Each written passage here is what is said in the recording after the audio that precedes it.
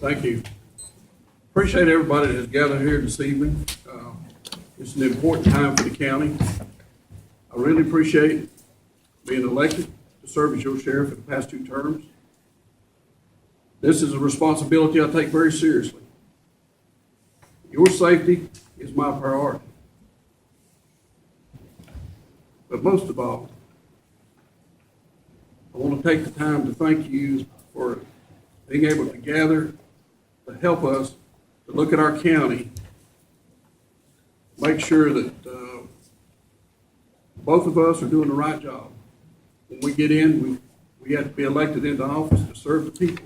We are going to serve the people. I also want to thank you and take the opportunity and thank everyone for their support.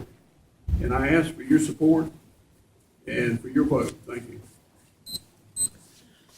Thank you, Sheriff Andrews. Mr. Nichols. Good evening. My name is Chad Nichols. I'm a Republican candidate to be your sheriff.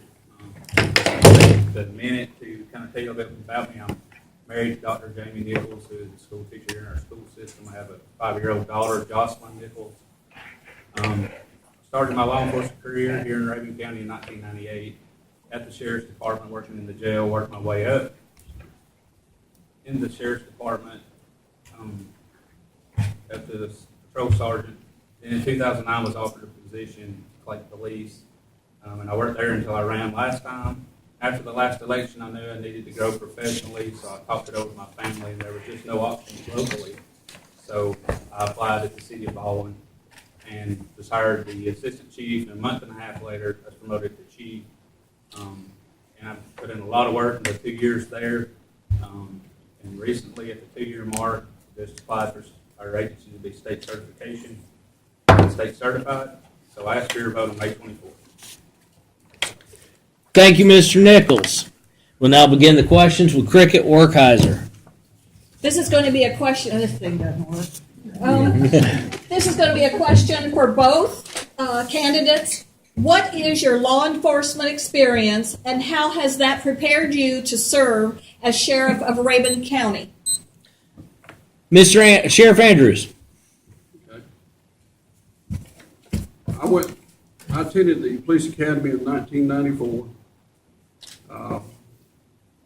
After that, I was working for the city of Cornelia. Got an opportunity to go to the city of Baldwin to serve as assistant chief. Then I also took over the chief's job for 7 years. Had the opportunity to become chief of the city of Cornelia, which has an agency size real close to the same size as the road end of our agency. I've got 15 years of law enforcement executive experience. I've been in law enforcement for 22 years.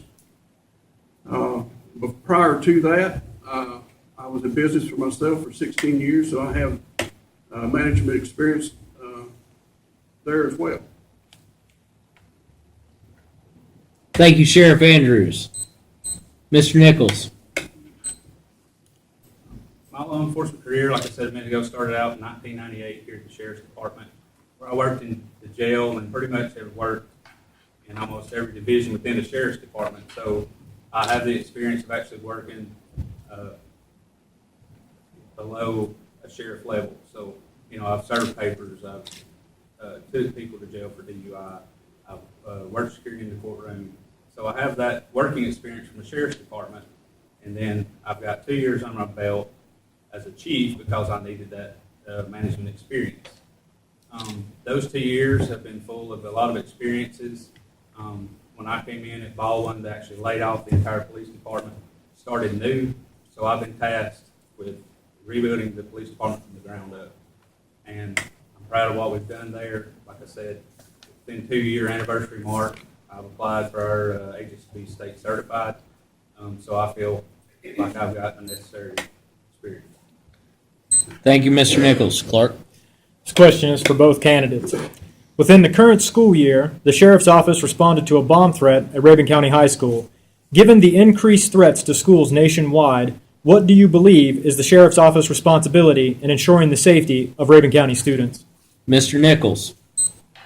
Yes, bomb threat, that was something that was brought up by talking out to the community and the concerns of the community. I did some checking into that. I read the story in the paper where Habersham County Sheriff's Office brought their bomb detection dog up to see it. But what I didn't see was where other agencies might have come into play. I did file an Open Records Act with the Rabun County 911. They were never notified when the bomb incident occurred, so there's no record at our 911 center that it occurred, and there was no fire agency dispatch, and there was no ambulances dispatched to the scene. So that's concerning to me, and I think that's areas we need to work together, school system, police agencies, all these different agencies to be prepared when a threat happens, and then, Lord forbid, a disaster would have occurred. Thank you, Mr. Nichols. Sheriff Andrews. We had planned a long time ago, whenever I got in office, when I first got elected, we had an opportunity to get a bomb dog. It was provided to us by Homeland Security. That was a 100% grant, which we implemented this program into place. Our bomb dog was there as well. We requested Habersham to bring theirs so that we could cut the time in half in the search. The time we were notified that there was a threat issue, within, I'm not exact on the exact time, but within about 15 minutes, we had at least 8 to 10 officers there. The kids were moved to a safe place. They were moved out to the stadium area.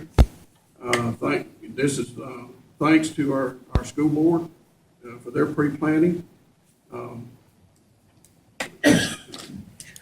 So, we have made the extra effort to plan for disasters.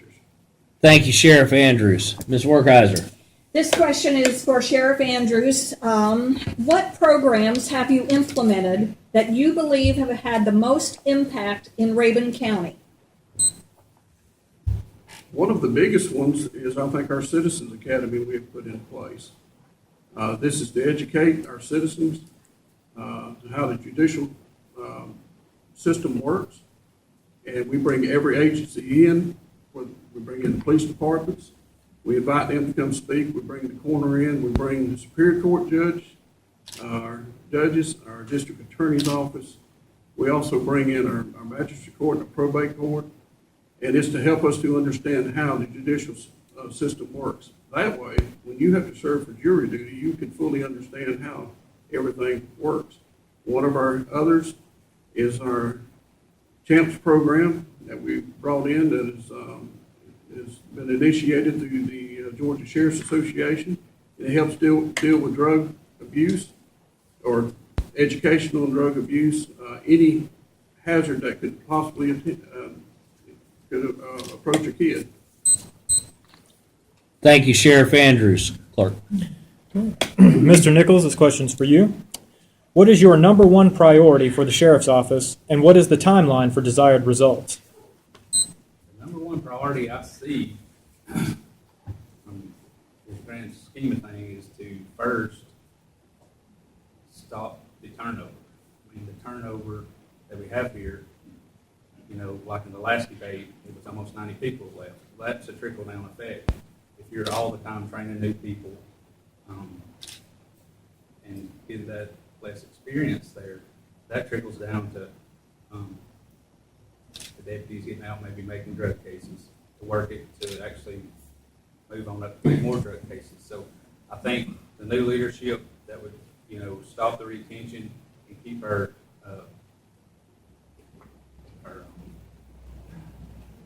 turnover rate low will be the biggest obstacle to stop, and then to keep and build on that and build a better department, more efficient, more responsive department.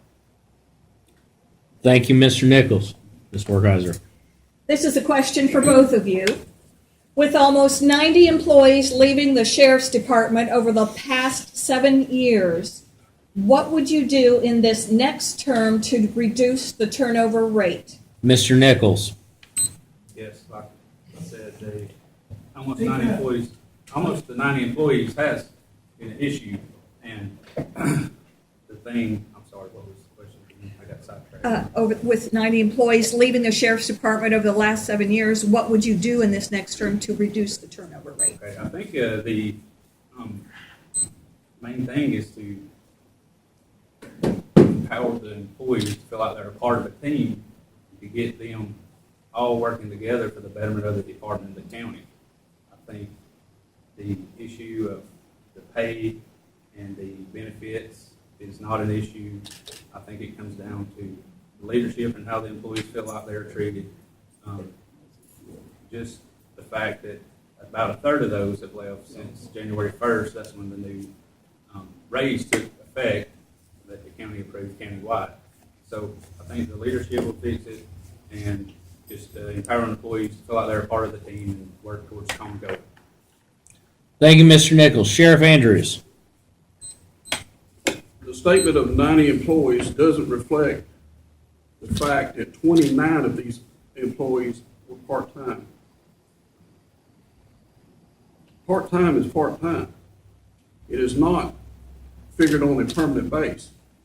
Part-time means that officers are there working a second job. So that brings it down to 61. I have researched, I have called Habersham County, Towns County, Stevens County, and Madison County. Habersham County told me they've had 92 employees leave. They keep a full-time base.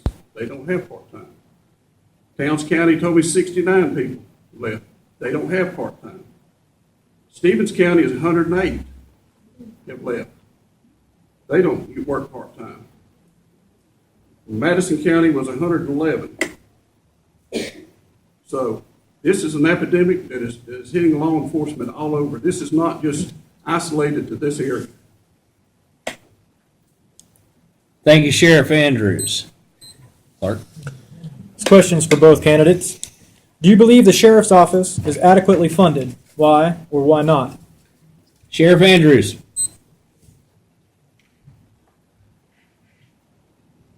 There's times that we do need more equipment. There's times that we need better benefits for our people. People can say that the insurance is not an issue. The family coverage insurance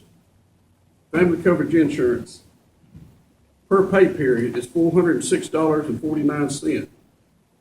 So it makes it $880.73 when you figure it by the month. Now that's hitting it pretty hard. Is it going to solve everybody's problem? Is it going to keep everybody there? No. But law enforcement in itself is going to is having a major turnover everywhere. Yes, I would love to see more employees added on. I'd like to be able to cover the county more, but I've also got to stay within the guidelines of the budget that the commissioners will issue to us after we apply for it. Thank you, Sheriff Andrews. Mr. Nichols. Clark, will you repeat the question, please? Sure. Question is, do you believe the sheriff's office is adequately funded? Why or why not? I think the budget that is there is definitely workable and manageable.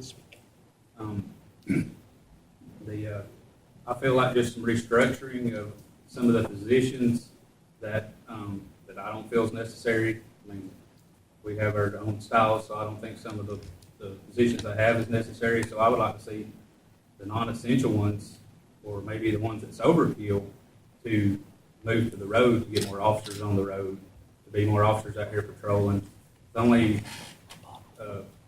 2 deputies on it at a given time, so that's just not enough personnel, I don't believe, for this community. So I'd take some of the positions that are there and reorganize and move them to the patrol division. Thank you, Mr. Nichols. Ms. Werkheiser. This is a question for both of you. What do you see as the biggest need for the sheriff's office? Mr. Nichols. Biggest need, I feel, for the sheriff's office would be to, and I keep coming back to it, but fixing the turnover problem. The biggest need is to keep employees, but then, like I said a minute ago, is to get more employees out on patrol, out on the street. That's where I feel like the biggest need is to get more officers, deputies out here, and then take the county that we live in, divide it into sections, and assign an officer to that particular zone or area of the county where they're familiar with that area. They get to build a bond with the community. I would like to see a sheriff's office where that person in that zone, when they rolled up, they'd be like, "Hey, Mr. Nichols, how are you?" And you know that officer by name. So that's what I think is one of the bigger needs is more deputies out on patrol. Thank you, Mr. Nichols. Sheriff Andrews. Repeat your question, please. What do you see as the biggest need for the sheriff's office? Biggest need, and I keep coming back to this, we need assistance to help our officers who do not have family coverage insurance. And we need to get our pay up to where we can stay close. And I know we're never gonna get up to what some of the cities pay. But to be able to do that, you know, we need to implement that and put it in place. We're currently we have applied for our certification. We are currently training for our certification. We are well on its way, and as soon as this gets through, it's going to have our officers who are going to be better trained. We must be doing a pretty good job on it because surrounding cities keep coming after our officers as well. So that's it. Thank you, Sheriff Andrews. Clerk. Okay, this question is for both candidates. What do you feel is the largest criminal concern facing Rabun County? Sheriff Andrews. It relates to drugs. Every crime around here pretty well relates to drugs. We have issues when it comes on the national level. They can't contain it, so it bleeds right on over to us. Criminal activities are up all through the nation. It's not just in the mountain areas. Thefts are up. Why? Because they want to get the money to buy their drugs. That was the purpose of us joining a 7-county task force, to get us a little more manpower in here.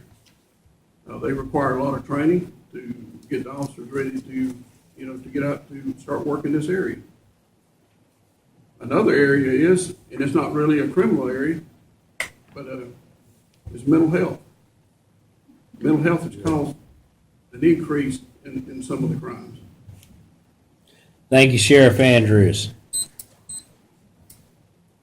Mr. Nichols. Same question. Yes. I would say that the largest criminal element plaguing our county is probably drugs. Being out talking to people, that their family has been affected by drugs. One family was telling me, heroin is here. I had never imagined that heroin's here in Rabun County, but it's here. We need to, meth, of course, is a problem, but also prescription medication. That's ruined a lot of people here. So we've got to really work with, like the sheriff said, the Appalachian Regional Drug Enforcement Office. But we need to be doing our part here. We need to have good experienced officers that get out here and look for signs of drugs. We need to educate our community on what to look for, what the drug dealers, what to look for, where they can call, who they can call. So we got to offer, many things to where it all work out together. Thank you, Mr. Nichols. Ms. Wertheiser. This is a question for both of you, a rather long one. Given the stated concerns of Judge Rusty Smith, former DA Brian Rickman, and Representative Doug Collins regarding Rabun County's lack of mental health services, which has led to repeat offenders and repeated arrests, what do you propose as a solution or remedy? Mr. Nichols. Mental health is a big issue, as I've seen where I work now. It's everywhere, not just here, but in Habersham as well. We got to start a dialogue with these doctors. We have some great doctors in this community. Get them to provide training. There's GBI has just started and brought out some training that's available, week-long crisis intervention, where you may one day had went to a residence and locked somebody up, Now they look to show you the signs and maybe how to de-escalate that situation and handle it differently than just locking people up. So I think it's going to take a partnership with state agencies, local doctors. You know, I'm not afraid to ask for assistance on this because I'm no medical doctor, but I know there is mental health issues. And as a sheriff, we need to be assisting those as well because we deal a lot with people, whether, you know, from too much drug abuse or from domestic violence situations. Thank you, Mr. Nichols. Sheriff Andrews. There is an issue with mental health in Rabun County, but it's everywhere. We have incarcerated, probably 25% of our people that are incarcerated have got mental health issues. This year's budget, I have requested to have our health care provider to assist us in this. When the state closed down a lot of our centers, they dumped it right back on the counties. And this is something that we knew that was going to happen once they started shutting them down. The state said, it's yours to deal with now. Basically, is what has come out. Our health care provider is going to gave us a price on providing a nurse for a minimum of 30 hours to deal with our mental health issues. This is the first step. We have also worked with Benchmark, who has assisted us in this area as well. Thank you, Sheriff Andrews. Clark. This question is for both candidates. What are your views on transparency within the department for the press and the public? Sheriff Andrews. I believe transparency is necessary. We have to have that.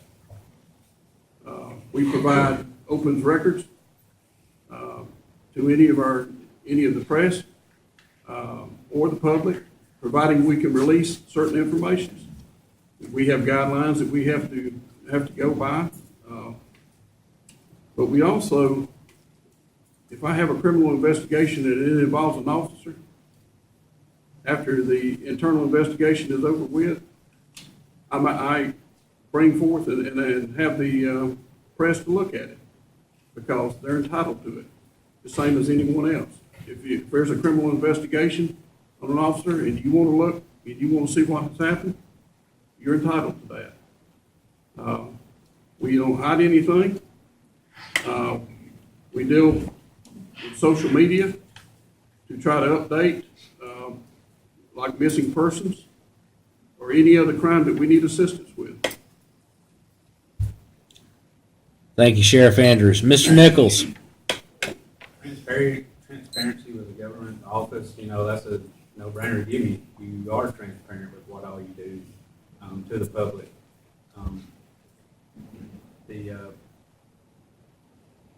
A lot of, I can remember a former sheriff I worked for a long time, he always said, the newspaper, which that's all we have really available here besides the radio, is your friend. We got to use them. They help us solve crimes.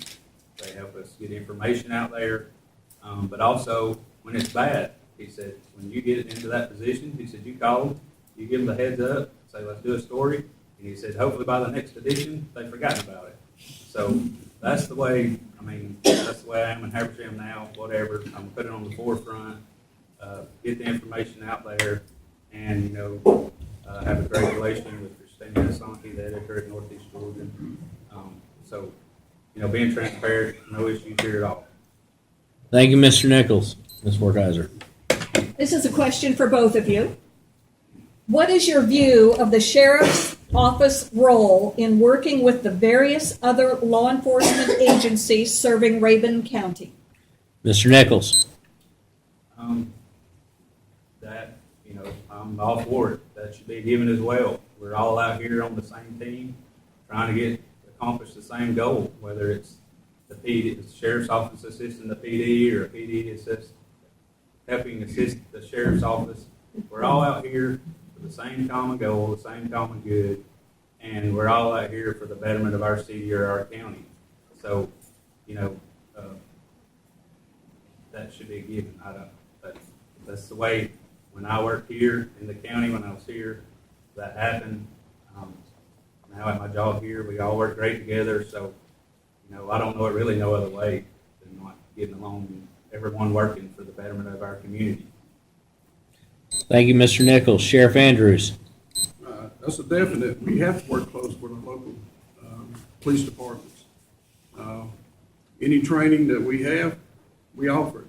If they want to come take it, they're welcome to it. Or they have offered training and we have done as well.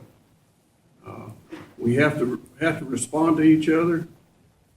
There's times that the cities respond to us and assist us, and then we respond to them as well. There's times when our cities need help with investigations. Some of our agencies do not, or some of our departments do not have investigators. We provide assistance with that. We help them with it. And the ones that do have investigators, they get in a spot, we help them with that. So it's a given. We're all here to do the same thing. We're all here to serve the same community. We're all here to serve our citizens in this county. So, we definitely have to continue to work together. Thank you, Sheriff Andrews. Now it's time for closing statements as drawn straws at our office. Sheriff Andrews will begin with his closing statement. As I said at the beginning, I really want to thank all of you for this opportunity to serve as your sheriff. But like I said before, your safety is our priority. But it's also our duty to serve.